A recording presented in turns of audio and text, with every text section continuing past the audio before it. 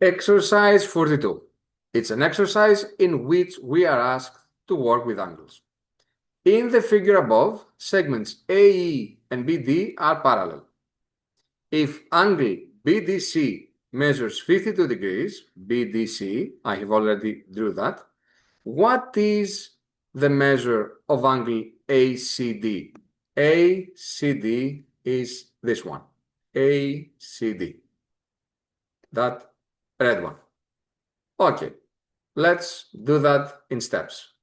52, the one given, the BDC, and ECD, these two, ECD,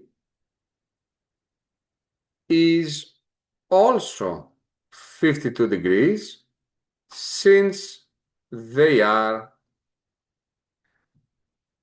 alternate interior angles. So this one is 52 as well. But then, if we add the ACD and the measurement of that angle and the 52, since they are adjacent to each other and they both form a line, their sum should be equal to 180 degrees, which means that the measure of the angle ACD would be 180 minus 52, which is equal to 128 degrees, and that makes D the right choice for this one.